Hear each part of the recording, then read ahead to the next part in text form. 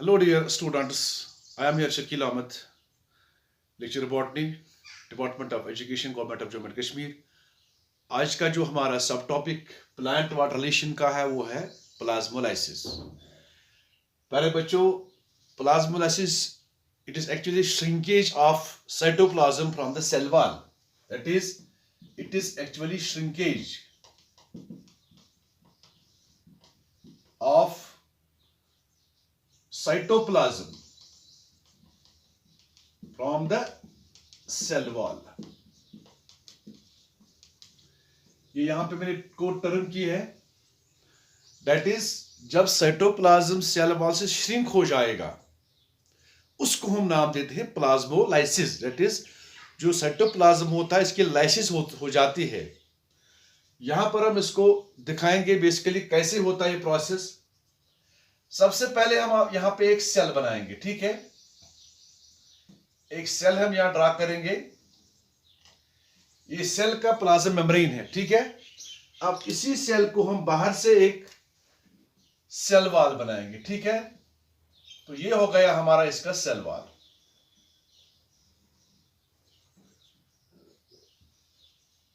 Okay, अब बीच में इसको बनाएंगे हम वैक्यूल, ठीक है। और यहां पे बनाएंगे इसको न्यूक्लियस।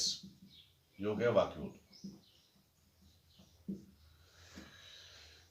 तो प्यारे बच्चों, जब एक सेल किसी मीडियम में होती है, प्लांट के अंदर जब होती है, इस सेल का जो नॉर्मली जब ये फुली फ्लैसिड होती है, फ्लैसिड मीन्स जब ये प्लाज्म सेल वॉल जो होता है इसका, सॉरी प्लाज्म मेम्ब्रेन जो होता है, जब इस सेल वॉल के साथ टाइटली पैक्ड होगा, जिस तरह एक फुटबॉल में एक ब्लेडर जो होता है टाइटली पैक्ड होता है, जब इसके अंदर एयर होता है तो just very tightly packed against the outer cover.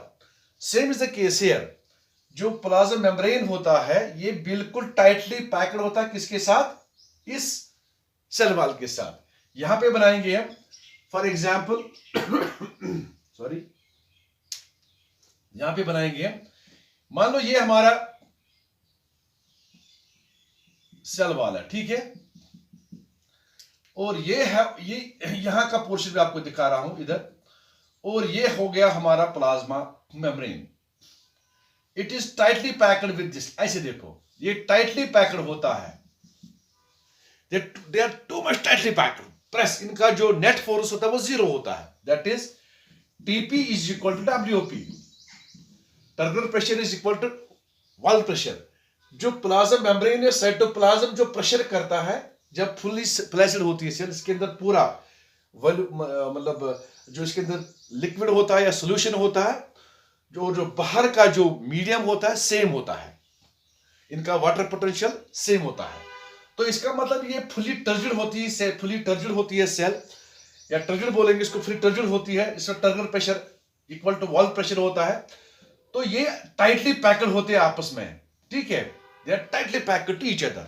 उस वक्त क्या होता है, इस सेल को हम उस वक्त नाम देते हैं it is fully turgid cell. या जिस मीडियम में होगी ये, अगर ये किसी मीडियम में ये सेल होगी, क्योंकि इसके अंदर साइटोप्लाज्म, ये साइटोप्लाज्म है, अगर इस मीडियम का जो मीडियम होता है, अगर इस मीडियम का जो सॉल्यूशन होता है इसका वाटर पोटेंशियल सेम होगा सेल का, आइसोटोनिक होगा, तो इस सेल के अंदर पानी आराम से अंदर चला जाएगा और बाहर चला जाएगा। क्योंकि उस वक्त जो साइटोप्लाज्म होता है, जैसा सेल मेम्ब्रेन होता है, टाइटली पैक्ड किसके साथ होता है? सेल वॉल के साथ। That is terminal pressure is equal to wall pressure. तो उस सेल में उस वक्त पानी अंदर भी जाएगा और बाहर भी जाएगा आराम से। And that cell is known as at time flaccid cell. उसको हम नाम देंगे फ्लैसिड सेल, ठीक है मेरे बच्चों, वेरी गुड। अब इसी सेल को हमें करनी है प्लाज्मोलाइसिस। इसी सेल को करनी है प्लाज्मोलाइसिस। ये आपको समझ आ गया। इस सेल को टर्जिड सेल भी बोलेंगे या फ्लैसिड सेल भी बोलेंगे। Then when the cell and the protoplasm is completely or tightly packed or completely pressed against the cell wall, तो लिक्विड जो मीडियम होगा, जो सोल्यूशन होगा, तो वो बेसिकली आइसोटोनिक होगा। उस वक्त बाहर का मीडियम भी और अंदर का वाटर पोटेंशियल इनका दोनों सेम होगा या सॉल्यूट पोटेंशियल सेम होगा, ठीक है, एनर्जी सेम होगी उस वक्त, तो उस वक्त सेल को नाम देंगे फ्लैसिड सेल, ठीक है। तो नॉर्मली फ्लैसिड सेल में ऐसा होता है। अब इसके बाद क्या करेंगे, अब इसके बाद हम करेंगे इसको प्लाज्मोलाइसिस। तो प्लाज्मोलाइसिस क्या होती है, मैंने बताया आपको, जब ये सेल, जब अगर ये श्रिंक हो गया, अगर ये सेल वाल अगर श्रिंक हो गया, श्रिंक हो जाएगा फ्रॉम दिस, सॉरी, अगर ये साइटोप्लाज्म श्रिंक हो गया फ्रॉम दिस सेल वाल से, उसी को बोलते हैं प्लाज्मोलाइसिस। वही मैंने यहाँ पे shrinkage of cytoplasm from the cell wall. अब कैसे होता है, इसके लिए पहले बच्चों तीन, यहाँ पे जो मतलब तीन होते हैं इसके स्टेजेस, आप सिंपली याद रखो LIE, लाइव, दैट इज, पहले होता है इसमें लिमिटिंग प्लाज्मोलाइसिस, यहां पे लिखेंगे लिमिटिंग प्लाज्मोलाइसिस, हो गया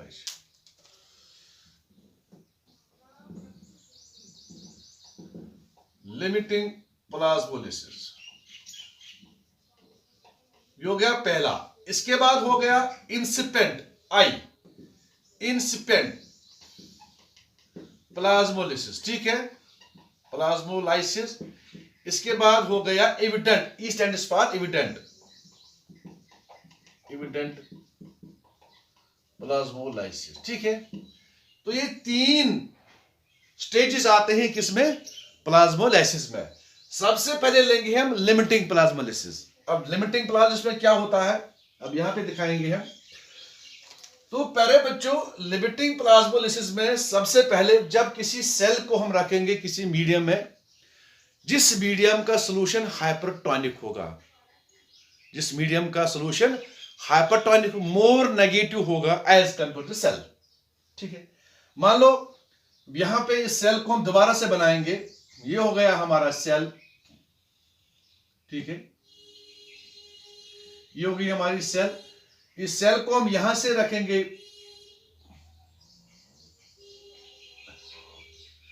स्टेज बनाएंगे यहां पे। मान लो बाहर जो मीडियम है, जो बाहर मीडियम है वो हाइपरटोनिक है, क्या है वो, हाइपरटोनिक। इसका वैल्यू जो है, एनर्जी वैल्यू, वो मोर नेगेटिव है, इसका सोल्यूट पोटेंशियल ज्यादा नेगेटिव है, या इसका वाटर पोटेंशियल मोर नेगेटिव है as compare to the cytoplasm. समझ आ गया, शाबाश। यहां जो सोल्यूशन इज हाइपोटोनिक और बाहर जो सोल्यूशन है वो हाइपरटोनिक है।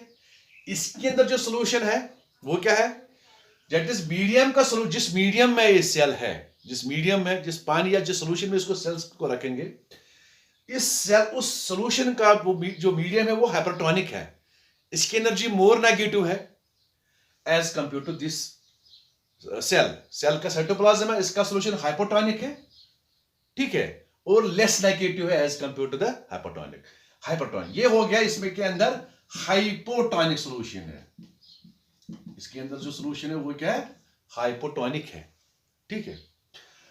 अब जब ही इस सेल को, इस टर्जिड सेल को या इस फ्लैसिड सेल को डालेंगे किसके अंदर, हम इसी मीडियम में, हाइपोटोनिक सोल्यूशन में, और इसको स्टार्ट हो जाएगी प्लाज्मोलाइसिस।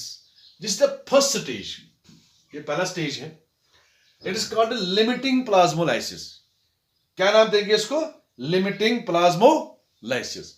अब लिमिटिंग प्लाज्मोलाइसिस में क्या होगा, सबसे पहले जो सेल वाल होगा, ये वाला cell wall, it starts to shrink from the corners, sorry, हाँ, स्टार्ट टू श्रिंक, मगर अभी ये पूरी तरह से श्रिंक नहीं होगा, दैट इज जो इसका प्रेशर होगा, जो कंप्रेस था आपस में ये थे, it starts to release the pressure, नहीं, थोड़ा बहुत ये प्रेशर रिलीज हो, इसको हम ऐसे बनाएंगे, ऐसे थोड़ा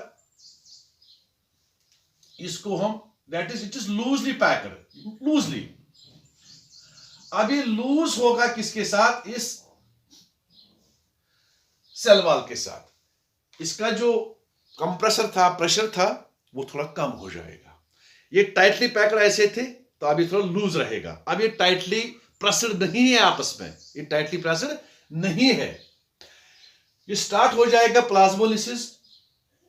मोस्टली जो सेल मेम्ब्रेन होता है या साइटोप्लाज्म होता है, तो साइटोप्लाज्म जो होगा, इसका जो कंप्रेसर था सेल वॉल के साथ, प्रेशर था, तो वो कम पड़ जाएगा। It is not now tightly packed with this cell wall. तो ये पहला स्टेज है। अब दूसरा स्टेज क्या है? दूसरा होता है इंसिपेंट प्लाज्मोलिसिस। अब दूसरा लेंगे हम इंसिपेंट प्लाज्मोलिसिस। अब एक और यहां पे स्टेज बनाएंगे हम,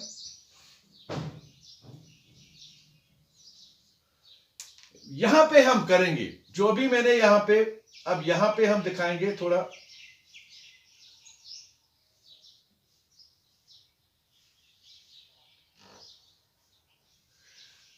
अब जो दूसरा है इंसिपेंट प्लाज्मोलिसिस, यहां पे ना प्लाज्मोलिसिस आगे बढ़ जाएगा, तब दूसरा स्टेज आएगा, द सेकंड स्टेज। जो सेल, जो साइटोप्लाज्म है, now it will start shrink towards the inside. अभी अंदर की तरफ श्रिंक हो जाएगा बिल्कुल, लेकिन सबसे पहले कहां से? कॉर्नर से। सबसे पहले जो कॉर्नर होते हैं, तो कॉर्नर में ये सबसे पहले श्रिंक हो जाएगा। जैसे कि यहां मैंने सेल वॉल बनाया, cell wall, now they will start to show the shrinkage. अब प्यारे बच्चों, ये यहां पे ये हो गया हमारा सेल वॉल, ऐसे सेल वॉल है। यहां पे ये आप देख रहे हैं जो मैं यानी यहां पे बनाया, तो यहां पे ये श्रिंक हो रहा है, इस जगह पे ये श्रिंक हो रहा है। यहां पे आप इसको थोड़ा टाइट, इसको आप ऐसे रखो ताकि आपको समझ आएगा, ठीक है? टाइटली पैक्ड रखो इसको। ये हो गया सेल वॉल। अब यहां पे श्रिंक हो जाएगा, मगर कहां पे? कॉर्नर्स पे it will start to shrink towards the inner side, towards the centre, that is towards the vacuole. जहां पे वैक्यूल होगा, वैक्यूल की तरफ श्रिंक हो जाएगा, मोस्टली टुवर्ड्स द कॉर्नर्स। तो आप उस वक्त इसको देख सकते हो। यहां इन द लिमिटिंग प्लाज्मोलिसिस, यहां आप नहीं देख सकते हो श्रिंकेज, श्रिंकिंग ऑफ साइटोप्लाज्म, लेकिन यहां देख सकते हो कॉर्नर्स पे, माइक्रोस्कोप में आप आराम से देख सकते हो। अब लास्ट वाला है इविडेंट प्लाज्मोलिसिस। लास्ट वाला है इविडेंट प्लाज्मोलिसिस। चलो अब यहां पे इविडेंट प्लाज्मोलिसिस दिखाते हैं, ठीक है? अब इविडेंट प्लाज्मोलिसिस में क्या होता है? इसमें प्यारे बच्चों, अब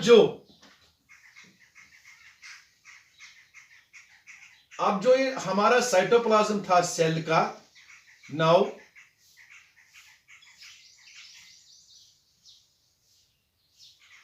it will shrink and come to lie in the center. ये श्रिंक हो जाएगा, सिर्फ सेंटर में रहेगा। कहां पे रहेगा? ये सिर्फ किसी खास जगह पे इस सेल वॉल के साथ अटैच रहेगा, लेकिन mostly it will come to lie in the centre. ऐसे मैं आपको दिखाऊंगा सिंपल फॉर्म में। ये हमारी सेल है, ठीक है? तो इसका मतलब है यहां पे सेंटर में आ जाएगा पूरा साइटोप्लाज्म, सेंटर में, ठीक है? लेकिन कुछ पार्ट्स किसके साथ? सेल वॉल के साथ अभी भी रहेंगे, ये कंप्लीटली श्रिंक नहीं हो जाएंगे, ठीक है? किसी जगह ये सेल वॉल के साथ अटैच रहेंगे। आप उसको आराम से देख सकते हो, और उस स्टेज को नाम देते हैं इविडेंट प्लाज्मोलाइसिस। आप उस वक्त इसको देख सकते हैं। ना the cytoplasm will form a round structure. ये राउंड स्ट्रक्चर राउंड स्ट्रक्चर आप इसको देख सकते हो, राउंड स्ट्रक्चर फॉर्म में, एंड इसी प्रोसेस को नाम देते हैं प्लाज्मोलाइसिस। इसका मतलब है जब साइटोप्लाज्म श्रिंक होगा and come to line the centre of the cell, except at certain places, कुछ जगहों पे सेल वॉल के साथ अटैच रहता है, and that process called the plasmolysis, ठीक है? Very good. तो ये हो गया हमारे इसके 3 स्टेजेस है। कौन स्टेजेस में? सबसे पहले limiting plasmolysis, incipient plasmolysis and evident plasmolysis. तो पहले बच्चों इसको आप याद रख सकते हो लाइक की फॉर्म में। लिमिटिंग में सबसे पहले जो सेल वॉल होता, सॉरी जो प्रोटोप्लाज्म होता है, वो कंप्लीटली इस सेल वॉल के साथ प्रेस नहीं होता, थोड़ा लूज हो जाता है, खाली लूज, आप उसको नहीं देख सकते हो। अब दूसरा स्टेज इंसिपेंट प्लाज्मोलाइसिस होता है। इसमें क्या होता है? जो सेल वॉल, जो साइटोप्लाज्म होता है, वो सेल वॉल से दूर हो जाए, अंदर की तरफ श्रिंक होगा, लेकिन टुवर्ड्स द कॉर्नर्स पे स्टार्ट होगा from the corner. Not from the side, ये कॉर्नर किस होगा स्टार्ट, ठीक है। तो उस वक्त आप उसको थोड़ा बहुत माइक्रोस्कोप में महसूस कर सकते हो, देख सकते हो। The third stage is evident plasmolysis, जब आप उसको देख सकते हो। now in this evident plasmolysis the whole cytoplasm will come to lie in the center of the cell to form a round body like structure, and that is known as the evident plasmolysis। आप उस वक्त आराम से देख सकते हो, even क्या आप प्लाज्मा मेम्ब्रेन भी उस वक्त देख सकते हो उसको, ठीक है। So this is called plasmolysed cell. अब इस सेल का नाम पड़ गया है प्लाज्मोलाइज्ड सेल। लेकिन पहले बच्चों, इस स्टेज में अगर सेल ज्यादा देर तक रहेगी तो इसकी डेथ हो जाएगी, इसलिए इस स्टेज में सेल ज्यादा देर तक नहीं रहती है, इसकी डेथ हो जाएगी। फटाफट सेल को वापस डिप्लाज्मोलाइज होना पड़ेगा। तो अब हम यहां लेंगे एक और डिप्लाज्मोलिसिस। क्या लेंगे? डिप्लाज्मोलाइसिस। अब पहले बच्चों, यहां पे जो मीडियम, जिस मीडियम में ये सेल थी, उस मीडियम का सॉल्यूशन हाइपरटोनिक था, ठीक है। इस मीडियम का सॉल्यूशन हाइपरटोनिक था, और जो सेल के अंदर सॉल्यूशन वो हाइपोटोनिक था। इसका सॉल्यूट पोटेंशियल कम था, ठीक है। दैट इज इसका जो that is not too as compare to hypertonic. Hypertonic में जो सॉल्यूट पोटेंशियल वो ज्यादा था, मोर नेगेटिव, इसमें था लेस नेगेटिव, ठीक है। तभी प्लाज्मोलिसिस होती है। अगर दोनों सॉल्यूशन आइसोटोनिक होंगे तो प्लाज्मोलिसिस नहीं होगी। हो गया, ठीक। अब इसके बाद व्हाट इज डिप्लाज्मोलिसिस? पहले बच्चों मैंने बताया आपको, जब हम इस सेल को प्लाज्मोलाइज्ड स्टेज में रखते हैं, इसकी डेथ हो जाती है तो खत्म हो जाएगी। लेकिन अब क्या होता है, अगर इस सेल को हम वापस रखेंगे किस सॉल्यूशन में? हाइपोटोनिक में। Now the place this cell, अगर इस सेल को रखेंगे हम दोबारा किसमें? हाइपोटोनिक सॉल्यूशन में। ये हो गया हमारी सेल, ठीक है। ये हो गया सेल वॉल पहले, तो ये हो गया हमारा इसका जो ये है प्रोटोप्लाज्म। नाउ इस सेल को हम रखेंगे यहां पे हाइपोटोनिक में, हाइपोटोनिक सॉल्यूशन। और इस सेल के अंदर अब जो साइटोप्लाज्म है वो हाइपोटोनिक कंडीशन में चला जाएगा।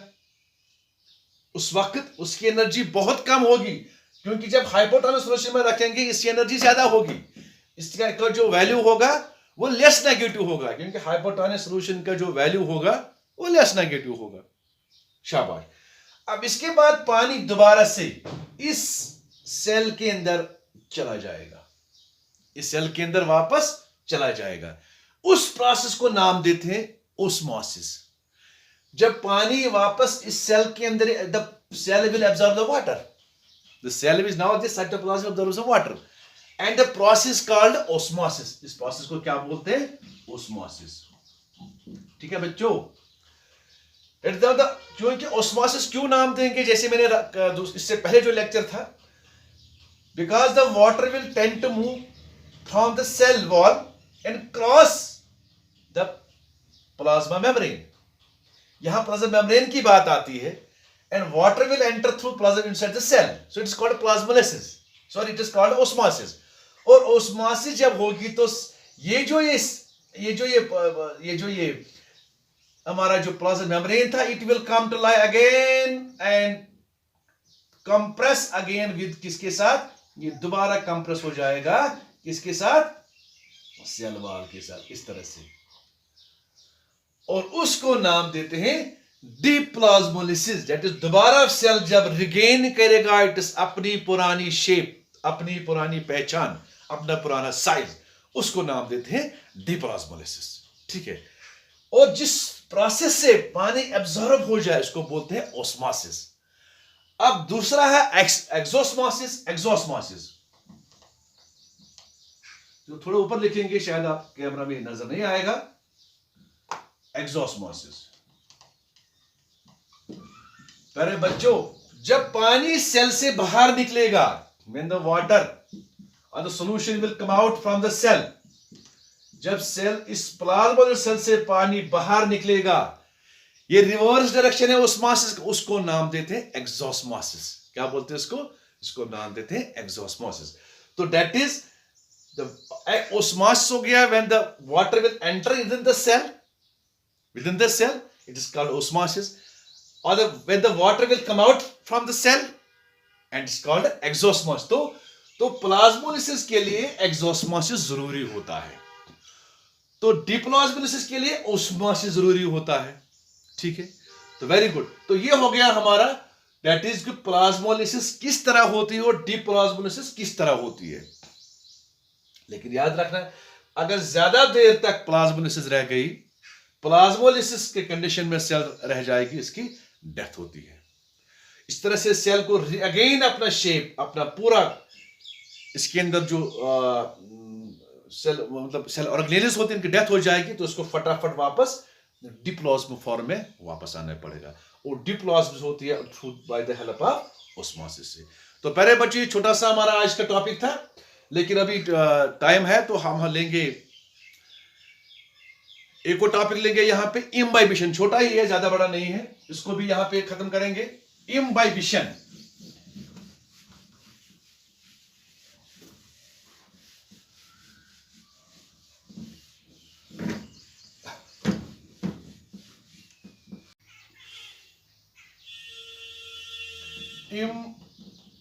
इम्बाइबिशन,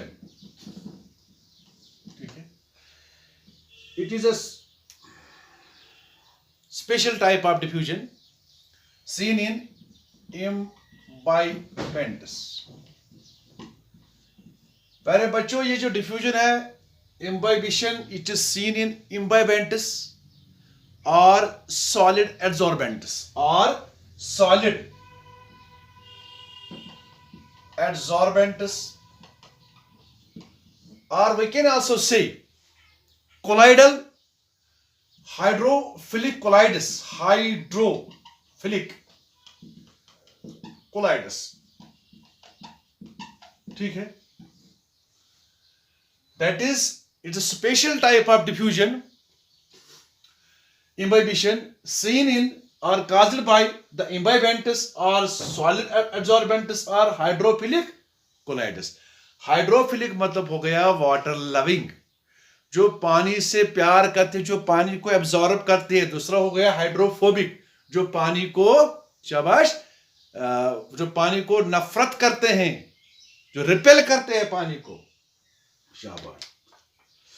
तो दैट इज जो सबस्टेंस वाटर या लिक्विड एब्जॉर्ब करे, उसको नाम देते हैं इम्बाइबेंट। जिस लिक्विड को एब्जॉर्ब करेगा, लिक्विड यहां पे लिखेंगे, उसको क्या नाम देते हैं? इम्बाइबेट, इम्बाइबेट, ठीक है बच्चों।